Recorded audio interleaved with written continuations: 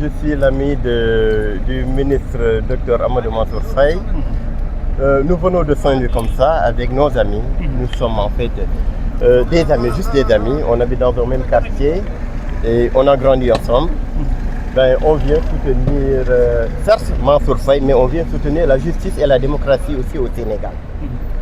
Ben, on a fait 270 km pour d'abord soutenir la démocratie, parce que nous jugeons que amener un ministre en haute cour de justice, ça veut dire qu'il n'aura pas la possibilité de faire un recours.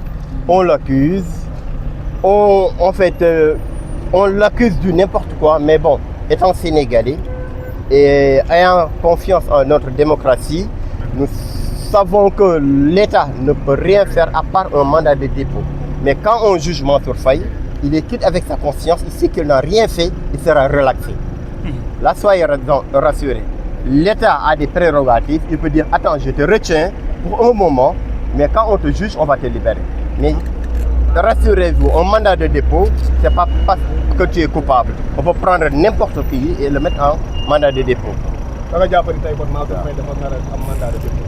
Non, jàppuma yàlla kese moo xam ak ñoom ñi nga xam ne ñoo amee le procureur moom moo xam dina am du am dina kii loolu xamuñu. On peut pas man du ma gisaane kat mënuma prédire l'avenir mais dama ne li mu mën a am li gën a pire mooy mandat de dépôt loolu mooy li gën a bon lu ko mën a dal loolu bu ko dalee nag mooy te bu nu ko jugé incha allah ñun on a confiance en lui.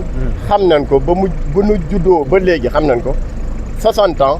moom mënul dugg ci yenn yi c'est un homme intègre courageux et il fera face et les Sénégalais aussi jugeront et la justice aussi sénégalaise jugera et j'ai entièrement Mansour Faye a confiance à la justice sénégalaise nous on a confiance à la justice sénégalaise et dès qu'il sera jugé il sera relaxé pur et simple. ñoo ngi dégg ay benn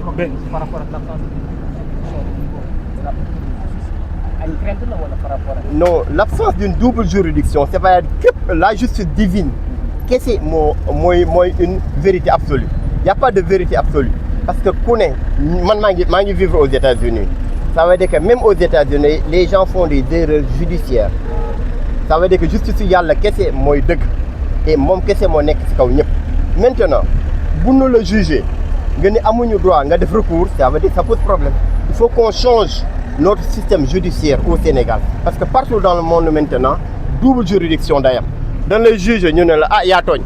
Ah, d'accord, monsieur jugement, mais nous avons le juge. Tant que l'eau amul sunu deuk, ça veut dire que politiciens, ils ont fait le ils ont manipulé la justice. Et il faut qu'il y ait une séparation de pouvoir entre l'exécutif et le judiciaire. Ça pose problème dans ce pays. Bon, c'était une promesse électorale du président Bassirou Diomaye Diakhar Faye et le premier ministre Sonko, mais ils ne l'ont pas respecté. Ils ne l'ont pas respecté. Et c'est trop facile de dire que non, je suis retenu par les juges. Non, il faut qu'ils libèrent la justice, il faut qu'ils démissionnent. Et on n'a plus besoin de ministère de la justice, on n'a plus besoin de certaines juridictions. Maintenant, libérons la justice et travaillons pour le développement de ce pays, parce que c'est possible. Par rapport à un éventuel caution, nous avons manifesté, il a décaissé une somme de 2 milliards pour qu'on mette sur une caution pour qu'on libérer Mansour Faye. Bon, c'est ce que je sais parce que je sais mais ce n'est pas important. Si nous avons 1 milliard, Mansour Faye a des gens qui savent.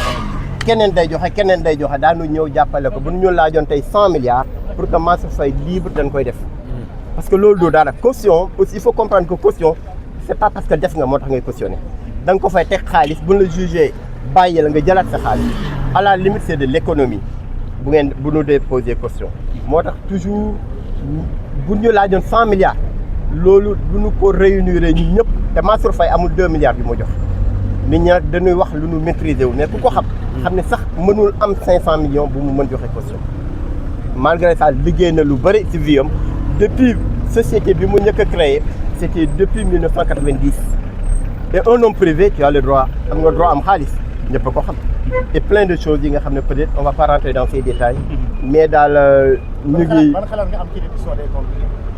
réduction xam nga ma réduction des comptes dafa nekk lu normal et dans tous les pays dafa mos a am ak un pays qui s'est respecté réduction des comptes dafa am bu la dénkee daanu saytu da ngay rendre compte et dan même rendre compte du ñu xaar ba nga wàcc chaque année il y a des audits ñoom ñëpp des inspecteurs dañuy continuer di auditer leen la dénk léegi nag réduction des comptes mais ñun gisuñu fi réduction des comptes on a vu un règlement de compte alors que yàlla bu la dénkee doole du pour fayante ci petit ngay fayante bu yàlla bu la dénkee doole du pour ngay jéem a not say administré yàlla bu la dénkee doole xam nga lan lañ sëñ Touba wax na ko ci kiwam mu ni doole ku ko yàlla jox rek sas na la te bu la sasee mooy nga am yërmande si ñuy administré boo ko amul yàlla du morom wéeteen si on verra. par rapport à sa santé démb gis nga ko benn accident moom Mansour Faye ndax am na ci wet ga ma sakk bu mën a ñëwee fi tey fii.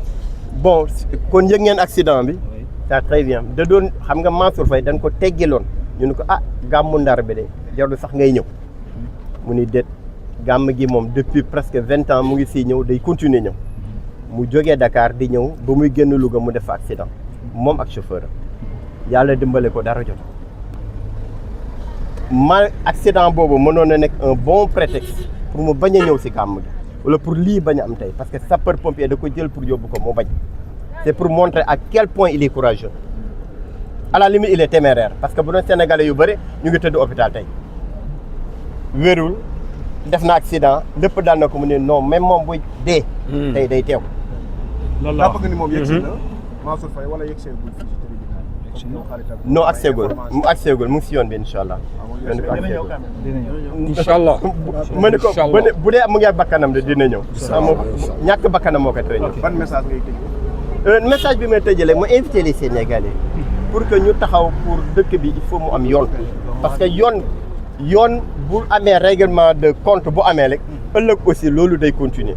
alors que dañu xeex depuis 1960 ba tey pour tabax lii fi nekk tey bu nu koy foowee bu nu ko yàq et que ku xam lan mooy instabilité doo ko ñaan sa dëkk ku xam lan mooy ñàkk yoon si dëkk doo ko ñaan sa dëkk moo tax c'est du juste su Ousmane Sonko du juste su Macky Sall du juste su keneen mais ne nekk juste su Sénégalais bu ne da nga ko war a approprier képp ku jugé ne que lii normal xeex ko ni nga ko mëne jógal nga xeex ko ak sa làmmiñ jógal nga xeex ko ak sa tànk jógal nga xeex ko ak boo si mënoon nag dara toog ñaan rek yàlla def jàmm Sénégal allez merci Thierno Sow merci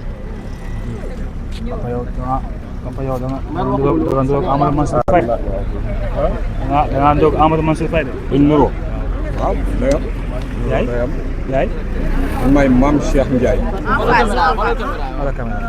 Mame Cheikh Ndiaye la tudd nekk collaborateur